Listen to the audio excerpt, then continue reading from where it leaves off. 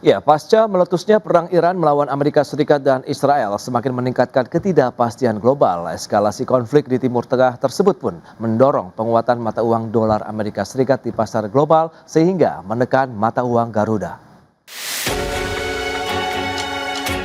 Memasuki hari ke-11, eskalasi konflik di kawasan Timur Tengah masih diwarnai dengan aksi balas-membalas serangan rudal dan drone jelajah ke wilayah Iran dan Israel. Bahkan jumlah korban terus bertambah baik dari sisi Iran maupun Israel.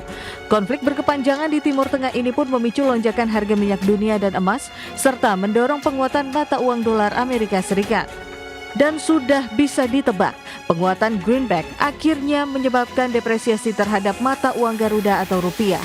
Data Jakarta Interbank Spot Dollar Rate atau JISDOR Bank Indonesia pada Senin kemarin mencatat, rupiah melemah mendekati 17.000 per dolar Amerika Serikat, tepatnya di level 16.974 rupiah. Dan tren pelemahan ini berisiko berlanjut karena adanya sentimen safe haven dolar Amerika, potensi inflasi global, dan arus keluar modal. Sementara itu, Bank Indonesia mencatat cadangan devisa Indonesia pada akhir Februari 2026 tetap tinggi, yaitu 151,9 miliar dolar Amerika Serikat, meskipun menurun dibandingkan akhir Januari 2026 sebesar 154,6 miliar dolar Amerika. Posisi cadangan devisa setara pembiayaan 6,1 bulan impor atau 5,9 bulan impor dan pembayaran utang luar negeri pemerintah, serta berada di atas standar kecukupan internasional sekitar 3 bulan impor. Berbagai sumber IDX Channel. Ya, pemirsa, untuk membahas tema kita kali ini menjaga mata uang Garuda dari tekanan global, kita sudah tersambung melalui Zoom bersama dengan Bapak Beni Sutrisno, Ketua Umum Gabungan Perusahaan Ekspor Indonesia, dan juga Bapak Peter Abdullah, Direktur Program dan Kebijakan Prasasti Center for Policy Studies. Langsung saja kita sapa ini. Halo, Pak Beni, apa kabar Pak? Baik, Mas Bras. Baik, terima kasih atas waktu yang disempatkan. Pak Peter, apa kabar Pak? Alhamdulillah, kabar baik Mas Bras. Baik, terima kasih juga atas waktu yang disempatkan. Sebelum membahas lebih jauh, kita ke Pak Beni terlebih dahulu. Dari perspektif eksportir nih, lantas melihat seberapa besar sih dampak tekanan rupiah bagi aktivitas ekspor di Indonesia, mengingat pelemahan rupiah tengah terjadi begitu dalam beberapa hari terakhir ini, Pak? Sebetulnya kalau eksportir, kalau rupiah melemah, itu kita cukup bergembira lah ya. Oke. Sepanjang bahan bakunya itu komponennya kebanyakan rupiah. Cuma pada saat ini masalahnya pelemahan rupiah itu dibarengi dengan kenaikan ongkos logistik. Karena mungkin ada faktor fuel, faktor perang. Nah, ini logistik cost-nya naik semuanya. Oke. Jadi ini juga semacam kurang menyenangkan juga. Artinya ada kemahalan di biaya pengiriman barang. Oke, itu dia dampaknya. Nah, kalau kita lihat dengan konflik Timur Tengah yang kembali memicu ketidakpastian global, dan lantas seberapa besar dampaknya juga terhadap stabilitas nilai tukar rupiah dari kacamata ekonomi ini, Pak Peter? Ya, silakan Pak Peter. Oh ya, jadi kalau kita bicara tentang pelemahan rupiah yang disebabkan oleh dolar, ya, saya kira tadi sudah disampaikan oleh Pak Beni ya. Memang di satu sisi pelemahan itu kalau bagi eksportir itu ya sebuah hal yang positif, yang cuman masalahnya adalah ya kalau kita lihat dari ekonomi secara keseluruhan, kalau kita balik ke penyebab dari pelemahan rupiah ini atau penguatan dolar itu disebabkan oleh meningkatnya ketidakpastian yang disebabkan oleh perang Iran ya. Nah, dampak dari perang Iran itu ada 3 ya, kalau kita bedah. Satu adalah dia memunculkan gangguan di dalam global supply chain. Yang pertama, karena gangguan itu karena memang tertutupnya Selat Hormuz, maka dan juga keamanan di wilayah Timur Tengah yang kemudian menyebabkan gangguan pada global supply chain. Dan ini menyebabkan 2, ya. Satu, dia menyebabkan kenaikan harga minyak. Yang kedua, dia juga menyebabkan terganggunya transaksi perdagangan global. Ya. Walaupun di sisi lain, seperti kita ketahui, karena meningkatnya ketidakpastian, maka dolar itu kemudian merambat menguat. Ya. Jadi ada satu sisi lagi yang harus kita lihat, yaitu adanya terganggunya global supply chain, terganggunya transaksi perdagangan dunia. Jadi kalau kita lihat dari perspektif eksportir pun, walaupun eksportir itu memang mendapatkan advantage atau hal yang positif dari penguatan dolar, Ya. karena mereka menerimanya dolar, tapi di sisi lain, kalau ini dibiarkan terus berkepanjangan, dia akan menyebabkan gangguan pada perdagangan dunia yang artinya secara volume bisa menyebabkan transaksi ekspornya itu bisa turun. Ya, jadi kalau Oke. kita lihat dari perspektif makronya, tetap saja namanya penguatan dolar pada kali ini karena backgroundnya itu adalah kondisi ketidakamanan atau gangguan di dalam rantai pasok dunia, ini berdampak negatif terhadap perekonomian kita. Baik, nah lantas Pak Beni, bagaimana konflik Timur Tengah ini mempengaruhi nantinya terhadap permintaan ekspor sendiri begitu di tanah air begitu? Apakah selama ini atau belakangan ini sudah mulai ada gangguan atau belum berdampak secara signifikan, Pak? Sudah, jadi pelabuhan-pelabuhan di daerah Timur Tengah itu kan banyak yang tutup. Oke, Tadi misalnya kebutuhan fosfat untuk petrokimia Gresik, itu kan didatangkan dari Yordania. oke, Nah, dari Yordania itu pelabuhannya tutup. Nah, pertanyaannya apakah industri fosfat, industri petrokimia itu punya bahan baku cukup nggak sampai dengan keadaan itu pelabuhan itu dibuka. Nah, ini kan ada gangguan di industrinya akhirnya. oke. Dan gangguan industri petrokimia itu nanti rentetannya ke petani. Nah, petani itu adalah dia petani yang tanam bahan pangan. Ya, nah ini gangguannya jadi kemana-mana jadinya itu. Kedua, kita mau menjelang haji. Menjelang haji itu ada logistik yang harus dikirim ke Saudi Arabia. Nah, sementara pelabuhan Jedahnya tutup. Nah, waktu haji kan makin dekat nih. Nah, Oke. apakah kita bisa nguber itu? Misalnya ngirim bahan makanan dari Indonesia itu cukup besar untuk memberi makan 220.000 orang. Nah, itu cukup besar dan itu dibutuhkan angkutan yang paling ekonomis, yaitu angkutan laut. Dan nggak mungkin diangkut udara kan. Oke, Nah, ini kan harus ada alternatif. Apakah beli di daerah sana ada nggak stoknya? Karena ini banyak gitu loh. Nah, jadi ada gangguan di supply chain yang Pak Peter katakan tadi, itu jelas arus barangnya keganggu. Lalu sekarang pengiriman kita ke Eropa, ya. kita kan harus melalui daerah itu juga. Nah, kecuali dia agak jauh ya, tapi costnya jadi mahal. Jadi ini gangguannya kemana-mana. Dan sekarang udah mulai naik, angkutan Mors Line naik, Oke. CMS naik, semua naik. Evergreen pun juga naik. Karena Oke. faktor-faktor itu. Basic cost-nya tetap, tapi faktor kenaikan fuel, faktor kenaikan perang, Ya, ya. faktor masalah kurs ini akan ujungnya jadi mahal gitu loh. Nah, Oke. ini gangguannya di situ. Nah, pertanyaannya apakah importernya di sana mau memikul freight cost tadi? Oke, itu dia ya. Kaitannya dengan dari depresiasi rupiah ini ternyata menekan ke banyak sektor begitu ya. Kaitannya dengan bahan baku tadi maupun aktivitas ekspor Indonesia sendiri. Kita akan lihat nanti strateginya seperti apa, apakah mitigasi sudah disiapkan. Kita bahas nanti di segmen berikutnya. Pak Peter, Pak Beni, kita akan jeda dulu sebentar ya Pak. Ya pemirsa, jam beranjak dari tempat Anda, kami akan segera kembali sesaat lagi. Ya, terima kasih Anda masih bergabung bersama kami dalam Market Review, pemirsa. Dan berikut ini kami akan sampaikan sejumlah data untuk Anda seperti yang bisa Anda saksikan di layar televisi Anda. Kita akan cermati bersama seperti apa pergerakan nilai tukar rupiah dalam beberapa hari terakhir ini dari tanggal 24 Februari 2026 sampai dengan 9 Maret 2026. Ini dia.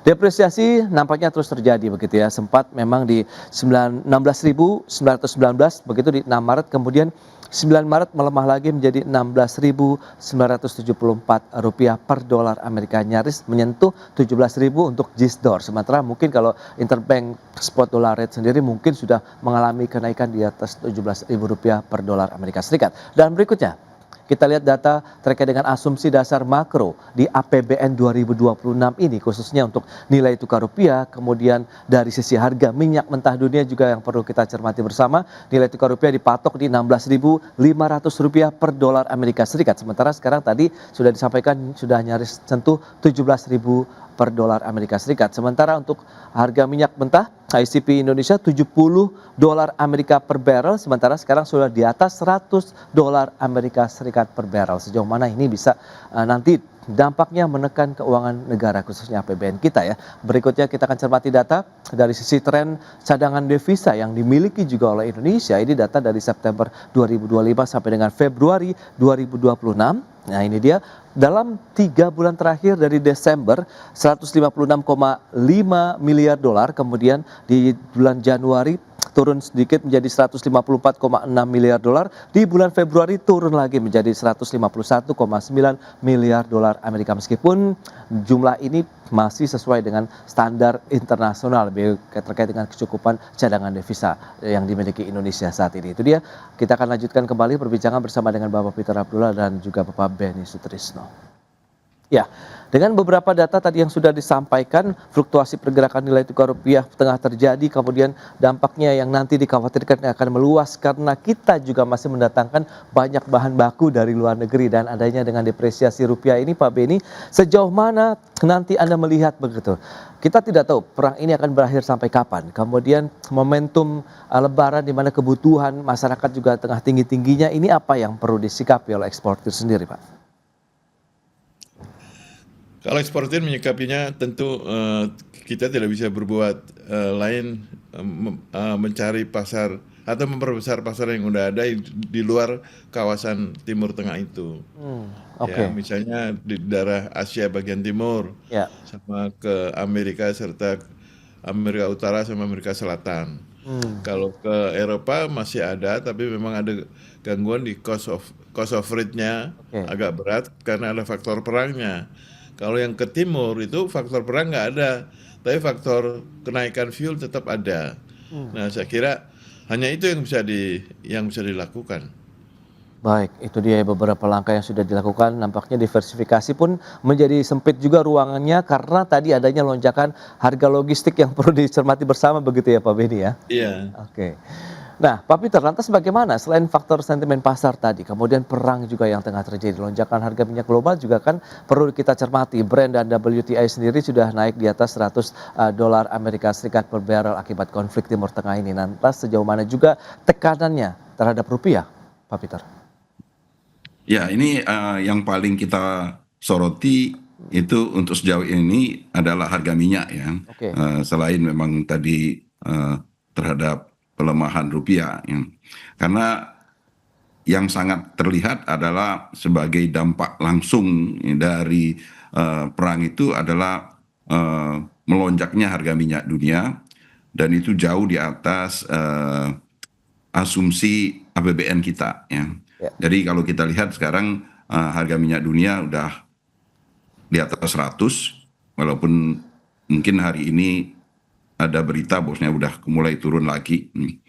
Tapi dengan asumsi bahwasanya perang ini akan berlangsung lebih lama, ya, maka kemungkinan harga minyak itu akan tetap tinggi, masih sangat besar kemungkinannya. Ya.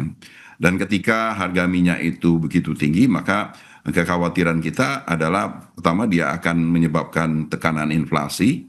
Ya, kalau inflasi terlalu tinggi kan biasanya Bank Sentral akan BI bisa merespon dengan menaikkan suku bunga. Ya.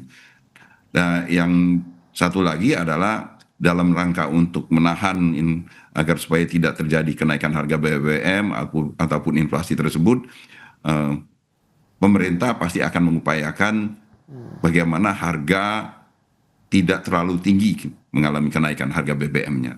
Dan untuk itu pasti akan menyebabkan beban subsidi itu akan jauh lebih tinggi. Nah, ini ujung-ujungnya akan menyebabkan tekanan pada APBN. Ya. Di satu sisi beban subsidi akan melonjak, ya, sementara kita tahu penerimaan juga akan kemungkinan akan tidak mencapai targetnya, maka defisit APBN itu akan melebar. Ya. Beban APBN ini akan terlalu besar, defisit melebar. Nah, ini akan menjadi tantangan tersendiri bagi pemerintah bagaimana mensiasati agar supaya defisit APBN yang melebar itu masih bisa setidaknya memenuhi ketentuan 3% PDB. Ya. Artinya tantangan bagi pemerintah dalam rangka untuk menghadapi pelebaran defisit, bagaimana melakukan rasionalisasi efisiensi APBN. Dan ini pada akhirnya sekali lagi akan berdampak kepada perekonomian kita pada tahun ini. Akan sangat sulit kita untuk bisa menjaga momentum pertumbuhan ekonomi, apalagi untuk mencapai target pertumbuhan 6% atau bahkan lebih.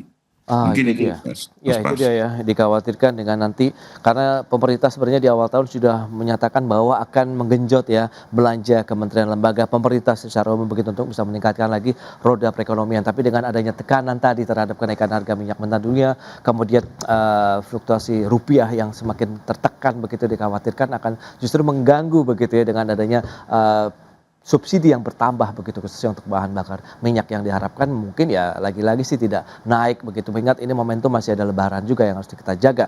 Pak Beni, lantas bagaimana dari teman-teman eksportir juga menyikapi kondisi saat ini?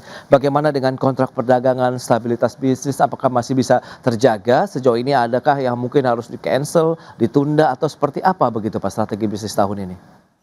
Ada ya beberapa di cancel tapi tidak sebesar dari agregat yang ada sih tidak begitu besar. Cuma kan kelangsungan perdagangan itu jangan putus gitu loh. Tapi kan sekarang harus putus Oke. akibat memang kedua belah pihak udah nggak bisa ngapain ya. Karena ini perang.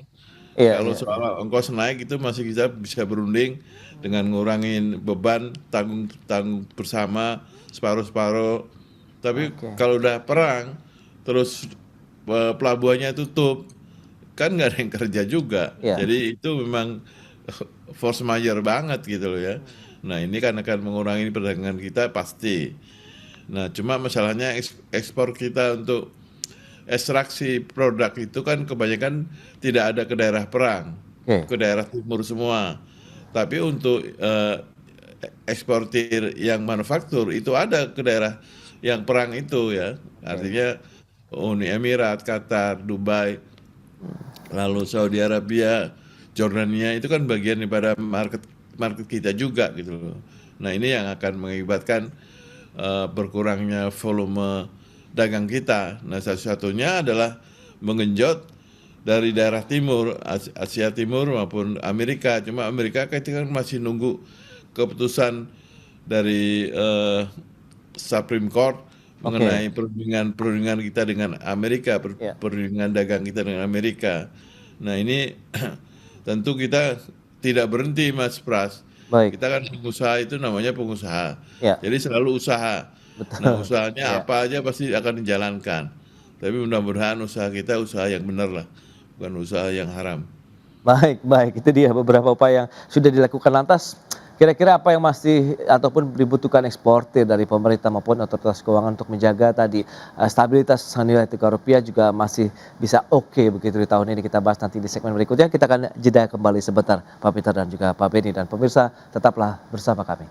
Ya, Anda masih menyaksikan Market Review. Pemirsa, kita lanjutkan kembali perbincangan bersama dengan Bapak Peter Abdullah dan juga Bapak Beni Sutrisno. Ya, lantas kalau kita bicara dengan kondisi saat ini, Pak Beni, yang diharapkan dari teman-teman eksportir apa nih dari sisi pemerintah ataupun otoritas keuangan lainnya di tanah air begitu sehingga stabilitas dari nilai tukar rupiah kita masih bisa terjaga nih, Pak.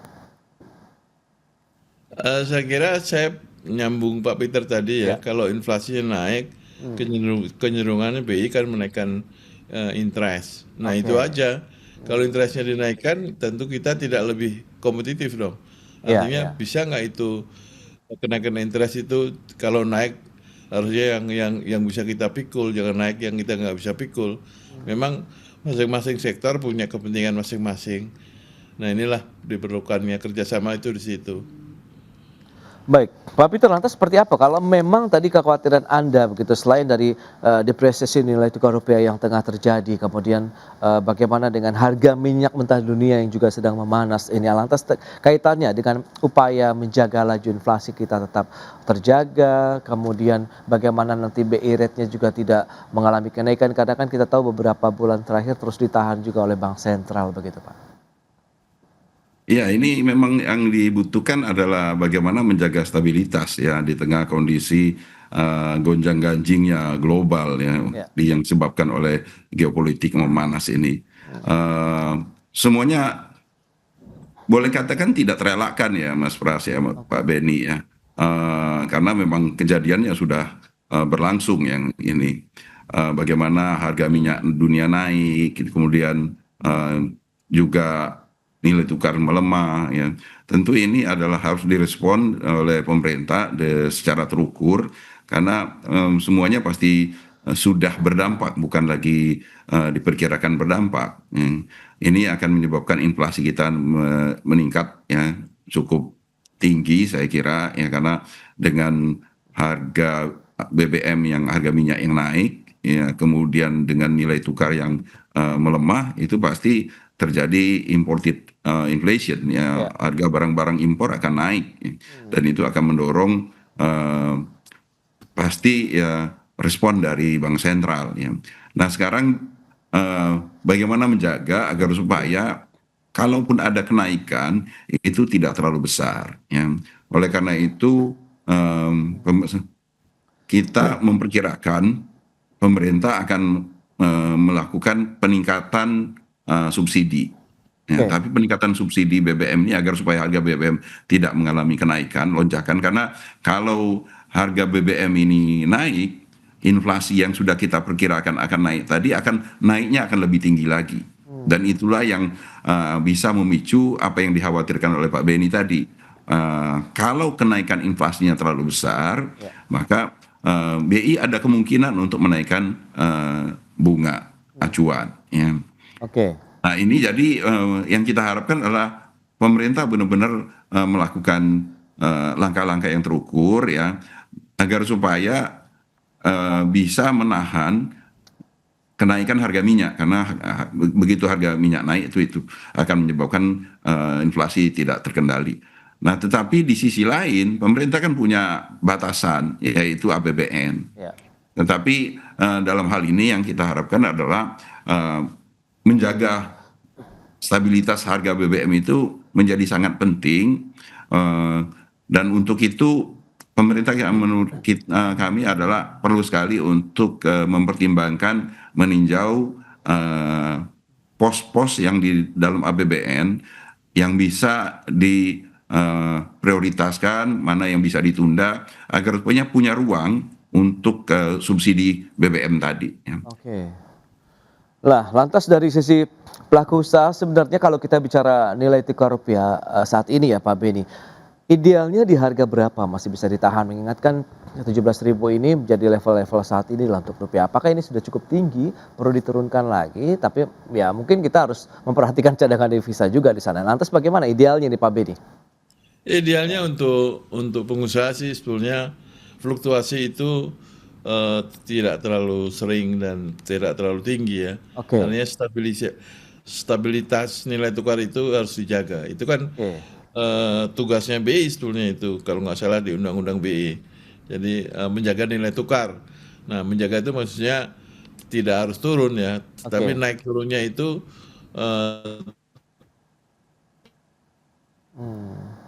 ya.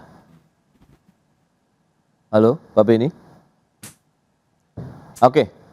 Nampaknya kami mengalami gangguan komunikasi. Ke Pak Peter. Pak Peter, lantas bagaimana terakhir Anda melihat kondisi saat ini? Akankah berlangsung lama begitu untuk pelemahan nilai tukar rupiah kita, atau nanti akan ada langkah strategis dari pemerintah nih Pak Peter? Saya kira akan pelemahan itu adalah sebuah keniscayaan, ya, dengan di tengah kondisi yang penuh ketidakpastian ini.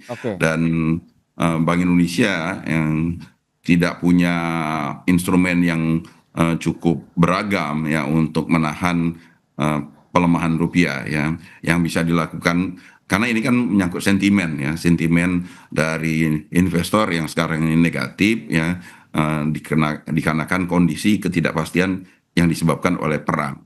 Jadi yang bisa dilakukan oleh BI dalam rangka untuk menjaga stabilitas nilai tukar itu adalah dengan melakukan intervensi, menyediakan pasokan dolar yang cukup, ya. Tapi itu ada batasnya saya kira, ya. Dan saya kira BI tidak akan jor-joran, ya, dalam rangka untuk menahan rupiah, yang menjaga stabilitas rupiah, karena pada akhirnya kalau ini terus berkepanjangan, perangnya berkepanjangan, akan sangat sulit bagi BI, ya, karena stabilitas rupiah itu kan memerlukan juga cadangan devisa itu, ya. Kalau dihabiskan sekarang kan ada kemungkinan kita akan bisa mengalami pelemahan yang berkelanjutan yang bisa membahayakan bagi rupiah itu sendiri. Jadi saya kira BI akan melakukan menjaga stabilitas itu secara terukur dengan mempertimbangkan ketersediaan cadangan devisa yang ada. Yes, itu dia upaya yang terus dilakukan oleh pemerintah sambil tetap menjaga cadangan devisa kita tidak terkuras lebih dalam lagi begitu ya Pak Peter ya. Baik Pak Beni dan Pak Peter, terima kasih banyak ini atas informasi, update dan juga insight yang sudah diberikan kepada pemirsa pada hari ini. Selamat melanjutkan aktivitas Anda kembali, salam sehat. Sampai berjumpa kembali Pak Beni, Pak Peter, terima kasih. Terima kasih. Terima kasih Pak Beni.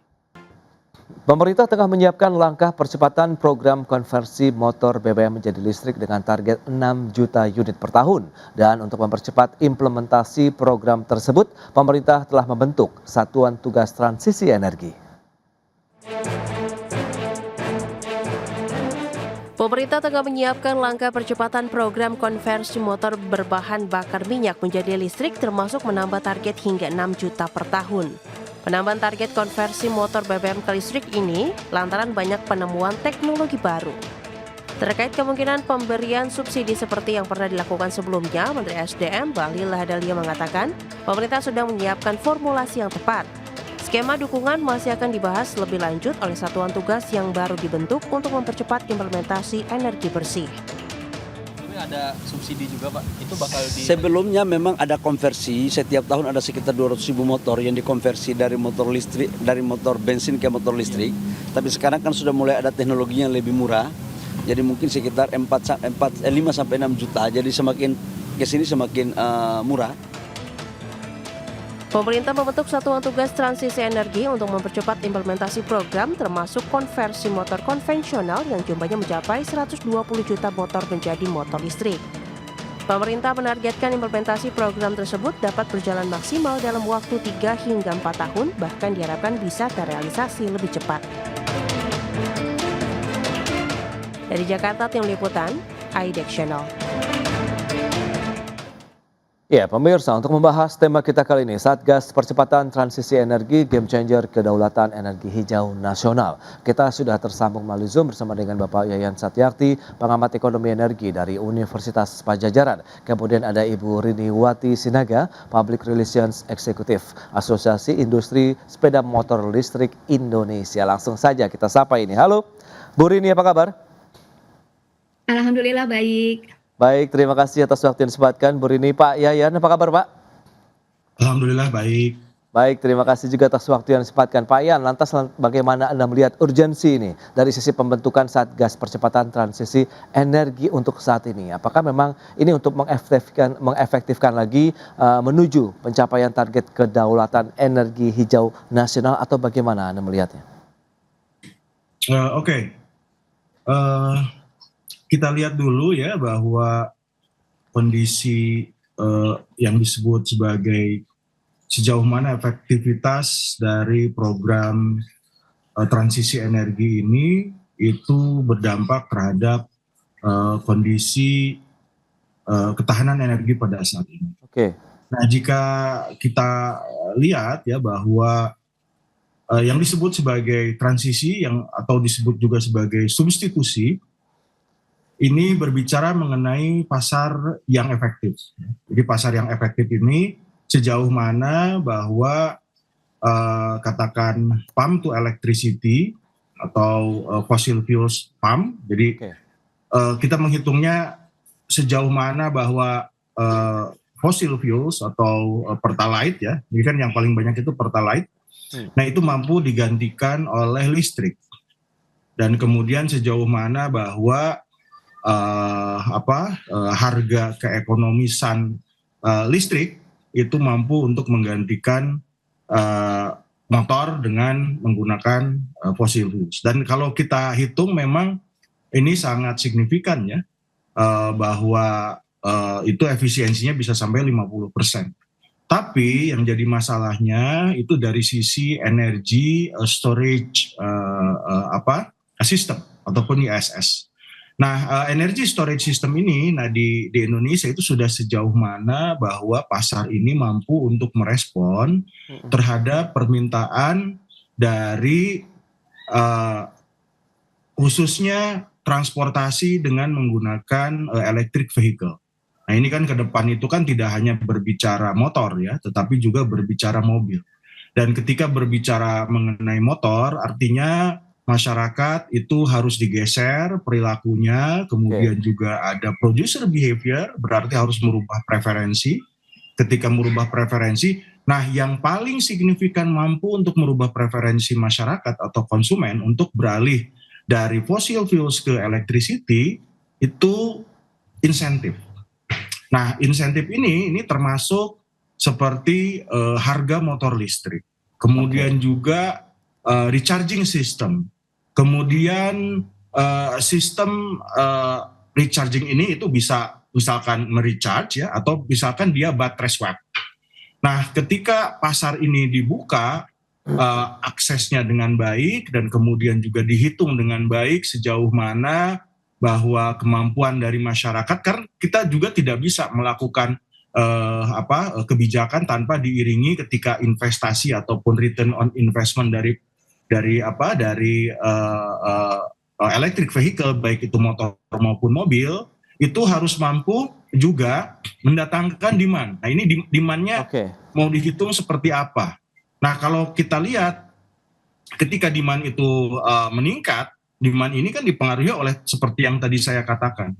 Nah kalau kita lihat sekarang, demand tadi itu dipengaruhi juga oleh infrastruktur yang ada di masing-masing daerah. Nah sementara kalau mungkin saat ini kendaraan listrik itu hanya bisa dilakukan pada kota-kota besar yang ada di Indonesia. Contohnya seperti Jakarta, atau kemudian Surabaya, atau Semarang, atau Bandung. Nah, saya belum melihat roadmap secara garis besar sejauh mana bahwa kebijakan transisi energi ini mampu untuk menggantikan khususnya sektor electric vehicle, terutama untuk yang motor ini. Karena kalau kita lihat misalkan seperti di Tiongkok ya, mereka itu sangat masif. Mereka ingin menggantikan, atau sekarang itu kebijakannya kalau yang menggunakan motor fossil fuels itu tarifnya jadi naik, PKB-nya katakan 2 sampai 3 kali lipat. Nah, kemudian pemerintah memberikan insentif melalui electric vehicle tadi. Baik Pak, ya ini ya, itu dia beberapa poin yang perlu dicermati dengan pengembangan kendaraan listrik dan ekosistemnya di Indonesia. Nah, Ais Mauli sendiri melihat bagaimana dengan adanya pembentukan Satgas ini? Apakah menjadi angin segar, menjadi memang satu lembaga ataupun Satgas yang ditunggu-tunggu juga hingga saat ini, Bu Rini? Iya, kalau kita lihat sih, Ais Mauli ini melihat Satgas itu sebagai langkah yang positif dan strategis ya dari pemerintah, karena transisi energi itu tentunya membutuhkan orkestrasi lintas sektor, bukan hanya kebijakan parsial, karena selama ini masing-masing kementerian punya kebijakan terkait sama kendaraan listrik ini. Nah, jadi perlu ada orkestratornya. Dari perspektif industri sendiri, yang paling penting ini ya, Satgas mampu menyatukan agenda energi, gitu ya, kemudian ada transportasi, dan juga ada industri, termasuk fiskal, termasuk juga pembiayaan dalam satu arah kebijakan yang konsisten. Jadi nyambung antar satu kebijakan yang lain. Kalau secara regulasi kan sebenarnya kendaraan listrik dan konversi itu sudah cukup tersedia ya. Payung utamanya itu yang di Perpres 55 tahun 2019 diperkuat oleh Perpres 79 tahun 2023 gitu ya. Tapi isu utamanya sebenarnya bukan di sisi aturan, tapi bagaimana pemerintah menjalankan komitmen jangka menengah dan jangka panjangnya gitu ya, supaya pelaku industri itu berani berinvestasi dan masyarakat melihat program ini sebagai kebijakan yang serius, bukan cuma sebagai kebijakan sesaat gitu. Jadi memang Satgas ini harapannya bisa menjadi game changer, karena fokusnya bukan hanya menetapkan target, tapi memastikan bagaimana eksekusi lintas kementerian berjalan konsisten dalam horizon minimal 5 tahun. Itu mungkin standpoint dari asosiasi. Ya. Dan salah satu tugas Satgas Percepatan Transisi Energi ini kan konversi 120 juta unit sepeda motor BBM menjadi sepeda motor listrik dalam waktu 4 tahun begitu. Nah, Ais Mauli sendiri melihat Sejauh mana Anda melihat target ini ya, dengan ekosistem industri sepeda motor listrik saat ini yang juga disampaikan oleh Pak Ian, masih ada tantangan tersendiri terutama di daerah-daerah begitu Bu Rini? Iya, jadi kalau dilihat sebenarnya visinya sangat ambisius ya, Oke. Pak. Tapi, di lain hal kita melihat ini menunjukkan keseriusan pemerintah. Berarti pemerintah udah meng-capture ada kebutuhan 120 juta kendaraan sepeda motor yang mesti dikonversi menjadi listrik gitu ya. Ya. Populasi motor Indonesia sendiri itu sekitar 137 sampai 139 juta saat ini ya. Motor listrik yang beredar itu sekitar 200 ribuan unit gitu. Nah, untuk mencapai 120 juta dalam 4 tahun ya, diperlukan transformasi ekosistem yang sangat besar. Mungkin mulai dari kapasitas bengkel konversi yang harus ditingkatkan, harus diperbanyak secara nasional, kemudian kesiapan industri komponennya juga, karena Ya. kita akan bicara after sales-nya gitu ya. Dan yang pasti skema pembiayaan bagi masyarakat. Nggak mungkin pemerintah membiayai semua konsep 120 juta. Kita harus bikin Oke. skema bertahap, kita mulai dari tahap awal misalkan di insentif cukup, baik gitu ya, kemudian tumbuh secara organik dan, kita serahkan sebenarnya, market driven terhadap kebutuhan ini asal skema pembiayaannya disiapkan oleh pemerintah. Jadi penting, implementasinya nanti harus dibangun secara bertahap, kita prioritas dulu ke kelompok pengguna yang mana gitu ya, Ya. dan kesiapan bengkel konversi serta tentunya pasokan komponen. Saya rasa itu poin untuk yang, target yang ditetapkan oleh pemerintah saat ini. Lantas ini dia yang menarik adalah sudah ada komunikasi formal atau informal belum ya kira-kira nih antara Satgas dengan AIS Moli ya terkait dengan tadi penyusunan peta jalan agar target konversi 120 juta unit ini bisa terlaksana dalam 4 tahun. Kita akan bahas nanti di segmen berikutnya Bu Rini dan juga Pak Ian. Kita akan jeda dulu sebentar ya, dan pemirsa kami akan segera kembali usai pariwara berikut ini. Ya, terima kasih Anda masih bergabung bersama kami dalam Market Review, pemirsa. Dan berikut ini kami akan sampaikan sejumlah data untuk Anda. Kita akan cermati bersama juga ini tugas utama dari Satgas Percepatan Transisi Energi. Ini apa saja?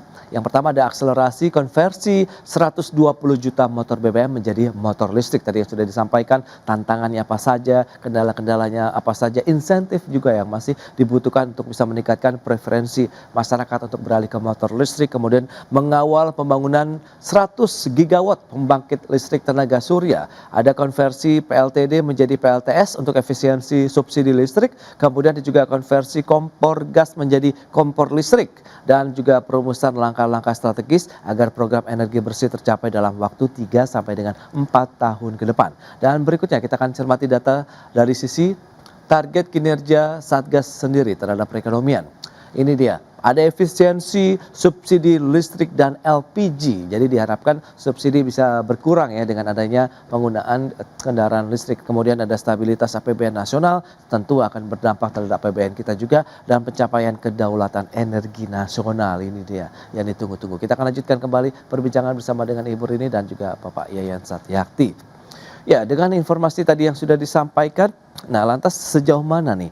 Ini saya ingin tahu dulu nih, Bu Rini, komunikasi yang sudah terjalin antara mungkin pemerintah begitu Satgas dengan AIS Moli sendiri, karena kan ini tadi yang Anda sampaikan harusnya bertahap, pelan-pelan sambil tetap jalan begitu kita menyiapkan roadmap kah atau seperti apa nih baiknya Bu Rini?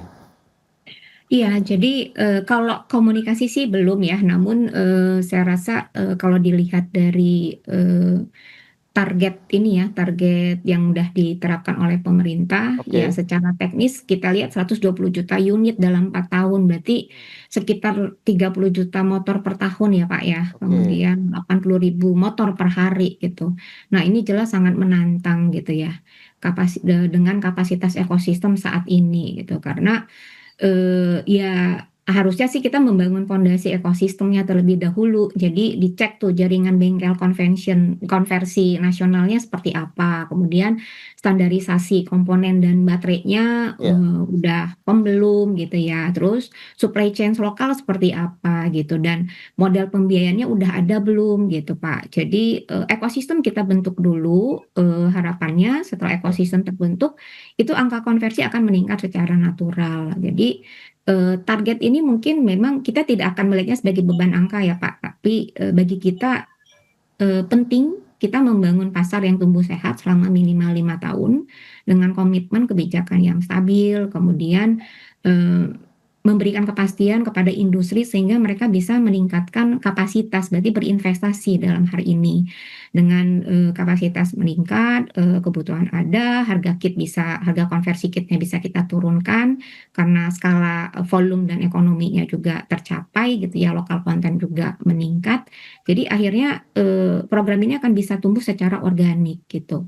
Nah, untuk itu kami dari asosiasi sangat mendukung bila kami bisa dilibatkan di dalam pembuatan roadmap ini gitu, karena terus terang di 2023 dan 2024 sebenarnya kita banyak sekali mendapatkan banyak masukan gitu ya terhadap program yang udah jalan sebelumnya. Oke. Saya rasa begitu, Pak. Baik. Nah, Pak Yayan, lantas kalau kita cermati dua tugas utama Satgas ini kan mempercepat pembangunan 100 gigawatt pembangkit listrik tenaga surya. Ada juga konversi tadi motor listrik yang targetnya ya paling lambat 4 tahun. Anda melihat bagaimana jangka waktu penugasan tersebut? Apakah realistis tadi kalau dilihat dengan beberapa tantangan infrastruktur yang seperti Anda sampaikan, dan juga Bu Rini nampaknya concern juga begitu ya terkait dengan ketersediaan ekosistem infrastruktur pendukungnya begitu. Mungkin apakah bisa paralel begitu dalam 4 tahun ke depan atau seperti apa nih Pak Yayan? Ya, memang tadi ya seperti yang diungkapkan oleh Bu Rini, kalau kita lihat ya secara teoritis, yang pertama kita target dulu di sini keekonomisan dari electric vehicle dulu. Oke. Kenapa? Itu penting untuk menjaga kepastian, khususnya dari sisi kepastian regulasi dan kepastian insentif itu bagi investor. Itu dulu yang perlu dibereskan. Oke. Nah, ketika ada selisih ataupun gap antara keekonomisan harga motor listrik itu dengan kemampuan masyarakat, nah baru itu insentifnya itu apakah akan ada di produsen atau akan ada di konsumen. Karena kalau di produsen, berarti di sini seperti ini Bu Rini memperoleh fasilitas, misalkan memperoleh diskon impor. Kemudian juga akan memperoleh misalkan ada beberapa spare part yang mungkin itu bisa dijadikan sebagai insentif fiskal. Nah, selain hal tersebut, itu juga berlaku bagi para misalkan penghasil spare part ya, industri-industri kecil. Nah, ini juga harus diberi insentif. Nah, dari sisa selisih antara keekonomian dan kemudian dengan harga yang akan ditetapkan oleh pemerintah itu harus dihitung dulu dengan baik. Nah, sehingga investor ataupun teman-teman di sini yang di asosiasi jadi bisa berhitung. Oh, ternyata saya akan kebagian sekian, ini sekian, dan pasti itu akan karena demand-nya ini relatif menarik, itu pasti akan menarik. Karena apa? Karena ketika tiap tahun dengan jumlah sekian yang besar, nah sehingga si ekosistem itu akan dibangun dengan baik. Jadi jangan sampai kalau misalkan kita pakai, kita akan tambah, tapi insentif fiskal khususnya hubungan antar industri ini tidak terjadi, itu menjadi percuma. Nah, ketika industri tadi itu bergerak, baik itu dari katakan sisi industri, kemudian juga nanti dari wholesale, seller, reseller ya sampai dengan bengkel itu bisa berjalan dengan baik dan memperoleh insentif dan memperoleh bekal yang pasti ya, dalam artian di sini profit, maka itu akan menjadi atraktif. Itu dulu yang harus dikejar oleh pemerintah. Nah, setelah ketika hitung-hitungannya itu udah baik, baru kemudian investasi itu diberikan untuk membuka terutama dari sisi perbaikan regulasi dan iklim investasinya. Jadi turunan-turunan yang tadi regulasi sudah disebutkan oleh Bu Rini itu dikejar juga oleh penanaman modal, kemudian di wilayah wilayah lokal, kemudian pengembangan industri. Nah, di sini mungkin sinkronisasi tadi akan lebih jelas, terstruktur. Jadi kalau saya sih melihatnya bahwa ketika kita berbicara transisi dan renewables itu harus memiliki nilai keekonomiannya dulu. Karena apa? Karena kalau dibiarkan bahwa renewable berkompetisi dengan fossil fuels ya tanpa adanya insentif fiskal dalam jangka waktu tertentu, ketika misalkan preferensi masyarakat itu masih tergantung fossil fuel, itu kan jadi percuma. Jadi seolah-olah akan jadi proyek mangkrak. Oke, tapi kalau lihat kondisi seperti saat ini, Anda melihat optimisme ke depan begitu untuk pengembangan? Kalau dari sisi demand, ya. Kalau dari sisi demand, ya. Tapi kalau saya curiganya, ini tidak akan kalau tidak dijaga bahwa industri ini untuk domestik, ini menjadi benefit bagi importir. Jadi perusahaan-perusahaan yang misalkan seperti dari Tiongkok atau negara lain itu akan dengan mudah masuk, karena mereka kan insentif fiskalnya kan sudah ada di Cina atau misalkan di negara lain. Jadi mereka tinggal jualan di sini, jadi yang rugi pengusaha lokal yang ada di sini. Baik Pak Ian. Terakhir ini Bu Rini, lantas bagaimana harapan dengan kehadiran Satgas untuk pengembangan juga kendaraan listrik, khususnya motor listrik di Indonesia? Sebenarnya kan dari sisi demand sebenarnya sudah mulai terbentuk ya, masyarakat sudah mulai paham, sudah mulai familiar lah ya dengan kendaraan listrik apalagi motor, begitu Ibu? Ya, jadi betul gitu ya. Saya tuh selalu mengulang terkait sama komitmen Pak gitu ya, karena kita pernah punya program selesai 2 tahun gitu. Padahal untuk membangun satu pondasi rasanya 2 tahun itu terlalu cepat gitu. Jadi pertama untuk terkait sama roadmap nasional gitu ya, harus ada komitmen kebijakan jangka menengah tadi yang minimal 5 tahun gitu ya, agar industri itu berani berinvestasi gitu. Program konversi itu tidak akan tumbuh jika insentif, kuota ataupun desain programnya berubah-ubah setiap tahun. Jadi ini yang mesti diikat, kebijakannya harus berlaku multi year. Terus kedua, tadi segmentasi pasar yang jelas. Kita mulailah dari segmen yang secara rasional, secara ekonomi itu mempengaruhi gitu ya, ataupun doable Pak gitu ya, kayak ojek, kurir gitu ya, armada operasional, pekerja komuting, even mungkin seperti perusahaan-perusahaan BUMN gitu ya. Jadi motor-motor dinas ataupun operasional mereka yang ICE itu dikonversi menjadi listrik gitu ya. Kemudian mungkin juga di daerah-daerah yang ada kesulitan di sisi logistik BBM-nya gitu Pak. Kemudian tentunya ketiga itu penguatan dari sisi bengkel konversi dan SDM teknis. Sebenarnya asosiasi udah punya beberapa program bagaimana kita bisa menguatkan si SDM teknis dengan membuat beberapa program sertifikasi ke SMK Pak gitu. Nah itu nanti bisa kita perbanyak gitu ya. Kemudian penurunan biaya kit, nah ini yang kaitannya sama komponen lokal. Nah ini yang perlu ada certainty dari sisi pemerintah pada saat ada perusahaan lokal yang ingin berinvestasi membangun konversi kit itu gitu. Udah ada Pak di anggota di kami gitu ya, yang memang fokus di sana. Nah ini kita bicara komitmen dari pemerintah saja. Dan kelima tentunya Satgas ini terkait sama targetnya tadi harus ada monitoringnya, dan monitoring ini harus berbasis data gitu ya. Jadi kayak 120 juta gitu ya. Program itu bukan cuma diukur dari jumlah unit gitu, tapi juga tadi penghematan BBM-nya, terus tingkat utilisasinya gitu ya. Kemudian kepuasan konsumen gimana gitu, dan ada keberlangsungan di sisi bengkel gitu. Bicara demand setuju gitu. Demand-nya sudah ada Pak gitu. Banyak masyarakat sebenarnya sudah tertarik, sudah memahami, oh ternyata pindah ke motor listrik itu memberikan dampak efisiensi yang cukup signifikan terhadap operasionalnya mereka. Tapi pada saat mereka pengen transform gitu, ada barrier dari sisi tadi biaya gitu, biaya dari sisi kayak pembelian motor listrik yang baru, ataupun pada saat mengkonversi, harga mengkonversi tahun 2024 itu sama seperti mereka beli motor baru Pak yang lagi gitu. Jadi nggak signifikan gitu ya Pak. Jadi itu yang menyebabkan mereka jadinya berpikir gitu. Harusnya kan kita mulai melihat TCO-nya ya Pak ya, total cost ownership-nya. Dan kita yakin itu bisa berkurang cukup signifikan, dan dari sisi pemerintah pun yang kaitannya sama tadi ketahanan energi sama efisiensi di sisi subsidi BBM itu kita udah pernah bikin pengukuran dan itu signifikan kok Pak gitu, bisa men-shifting pada saat kita 120 juta ini mulai kita paralel kita pindahkan ke listrik Pak.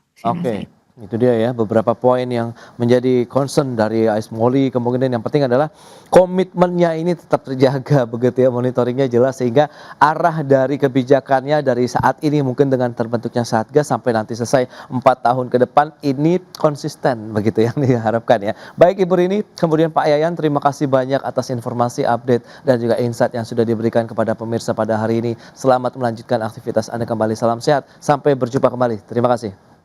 Terima kasih Pak Yayan. Baik pemirsa, 1 jam sudah saya menemani Anda dalam Market Review, dan perbaharui terus informasi Anda hanya di IDX Channel, your trustworthy and comprehensive investment reference. Karena urusan masa depan harus sedepan, aku investor saham. Saya Prasetyo Wibowo beserta seluruh kerabat kerja yang bertugas pamit undur diri. Terima kasih dan sampai jumpa.